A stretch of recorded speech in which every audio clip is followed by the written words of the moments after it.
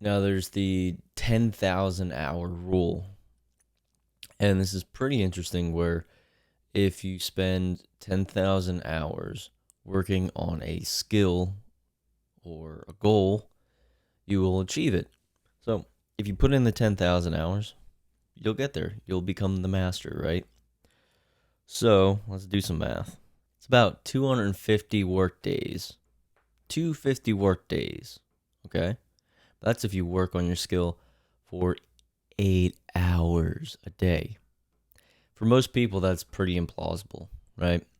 So, what we're going to do is break it down into 2 hours. And a lot of people say if you spend 2 hours a day for, I believe, 2 years, you'll fit in those 10,000 hours. So, let's see if that breaks down properly. So, we got 4 years of 2 hours a day, and you can master your skill or what you're trying to focus on. And that takes time.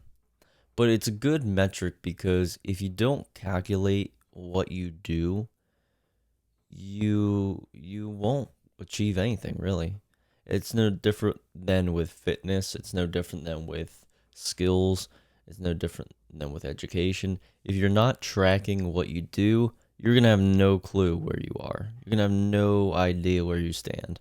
And I worked in the fitness industry and I've seen this time and time again with people.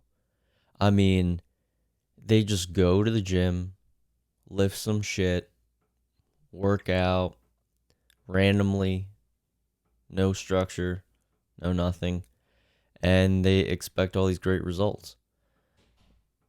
You're not going to expect great results if you don't even know what you're doing. If you can't look back on what you did previously and try to incrementally increase it. If that isn't there, you're just basically playing around, more or less. No different than when people will really make apparent busy work versus real work.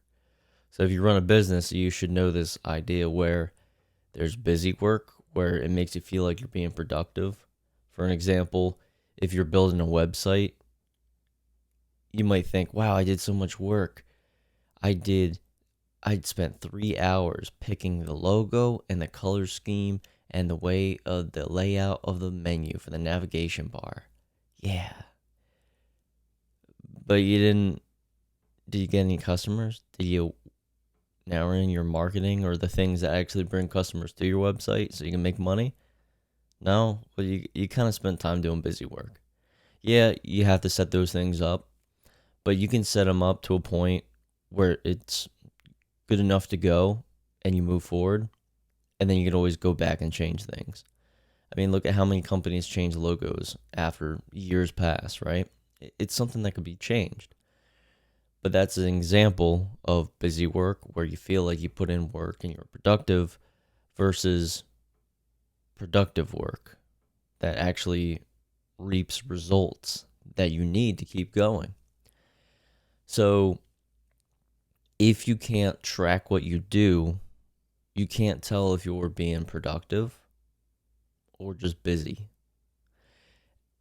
And you really have to write things down, put them in your note tab, type them into your phone. You could do old school or you could do digital, but the key thing is to just track metrics. It's not fun. It takes time. It's annoying. It can be boring, but these are things that are really important because if you want to know where you are but not be delusional, you have to track things. Because there could be times where you feel like you're reading the books, you're doing you're meditating, you're doing working on your business, working on your health, working on your relationship. And you might think, oh, yeah, I'm putting in all this time and I'll take a day off here or I'll take a day off there. But then when you actually start tracking it, you realize what you thought was 10 hours a week you were spending on your skill or whatever you're trying to improve might actually only be like 5. You think you spent a half hour on something, you only spent 15 minutes.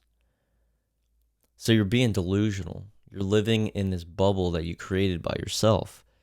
And delusion is like a whole other, I would say, just topic in general I could talk about, because we so often put ourselves in these bubbles where we think what we think and what is real don't merge properly. We don't see the bigger picture, so we only perceive what we imagine we are doing. So we're just in this bubble where, like, I'm doing so good, I'm doing so great, I'm hitting all these goals, but in reality, you might not be because you're not tracking and you're not seeing it. So I have an Android, right? I know haters gonna hate. People are like, oh, the Android. Oh, I have an iPhone, or I have an iPhone. It don't matter. I don't care. Now, I only preface saying I have an Android because I have this app. You probably won't see it on my phone, but I track what I do. I started doing this to be more honed in on how much time I put into the skills that I'm trying to develop more. I'm being real with myself. I'm being honest with myself.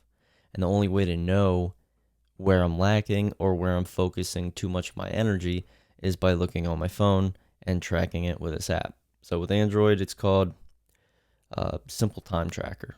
And you could use any kind of time tracker. But pretty much, I have a few tasks that I want to hone in on and work on. YouTube's one of them. My other side business is another. Meditate and read. And I put meditate and pray together because I usually combine the two. But that's what I want to track and see where I'm lacking within a week, within a month, where I can curate my schedule week to week so I make sure I hit these numbers and hit these metrics, so to speak. So if I want to hit 2 hours a day working on my two separate skills, well, I have to really be disciplined on how I create my schedule during the work week. So this app is pretty cool. If you could see it, it's right here. You just tap the thing, it starts recording the time when you started. You tap it, it stops. It says how many minutes you spent, hours, whatever, and then it'll calculate it for you within a week, a month, whatever time span. So my tip would be start implementing time trackers, whether you got an iPhone, whether you got Android, whatever, and pick a few skills that you do want to work on and track when you start working on those things. What you'll realize, it'll start being like a game where you will want to hit those goals. And you're like, oh shoot, today I only spent 15 minutes through my skill. Let me do some good focusing for another 10 minutes and hit my goal of 25 minutes or whatever. And it makes it kind of more fun. Some people might view it as being like too disciplined and too like, oh, that's too much. I can't track all that. Oh, that's just like too organized and I like to just flow. It's like, okay, if that's how you go, you do you, right? But you have to be at some point aware of what you are doing. And if you're not tracking it, it's going to be a slow process. It's going to be a slow, like sometimes you're on point, sometimes you're off. Sometimes you feel like you're progressing and then you're regressing. And when you view it and zoom out within a year time span, it's just like ebb and flows. Do you even know what you did within that year when you reflect back on it? No, because you kind of just willy-nilly it and didn't track anything. But if you at least track stuff, and I mean, you don't have to be a dictator about it, but even doing simple things like having a task list, dates, and you just check things off and track your time of where you spent your time. I mean, all our phones today have trackers on them to see how long you spent on different apps. So even track how long you've been wasting time. And that'll help you immensely. But I'll get to that in a second. And by tracking all these things, you can zoom out and look at a whole year and be like, whoa, I accomplished a lot of shit within this time span. I feel pretty good about myself. I am focused and working on my goal. Sweet. Yeah, got it. And you should feel that way because you put in time and you put in work. And by being disciplined, you were able to organize it. So then when you look at that year and you're like, damn, I worked hard. I'm taking a vacation. I need to take some time for myself. And you know what? You could do that without feeling guilty because you knew you put in the time. So to get back to my other point before I close out, looking at your phone and seeing where you waste time is huge. You could be pissing away time on the toilet, scrolling through Instagram, scrolling through TikTok, watching YouTube shorts. There's a lot of things out there that pull time away from us. And as much as you don't want to admit it, you can't get it back. Time goes, you're out of it. Like you can't bring your receipt to the store to get your time back. It doesn't work that way. You know, slipping away the moments that make up the dull days. Right? Pink Floyd. Is that song Time? I think so. Yeah. That's my favorite song because it just depicts time in such a uncomfortably real way, but it's the truth. So look up that song if you never heard of it or never read the lyrics. But to get back to the point, understanding where you waste your time. So if you spend 20 minutes, or actually that's being very conservative probably. A lot of people on a daily basis probably waste hours of their time on social media apps, or just scrolling, or just looking at shit, looking at things that make them feel better, or whatever.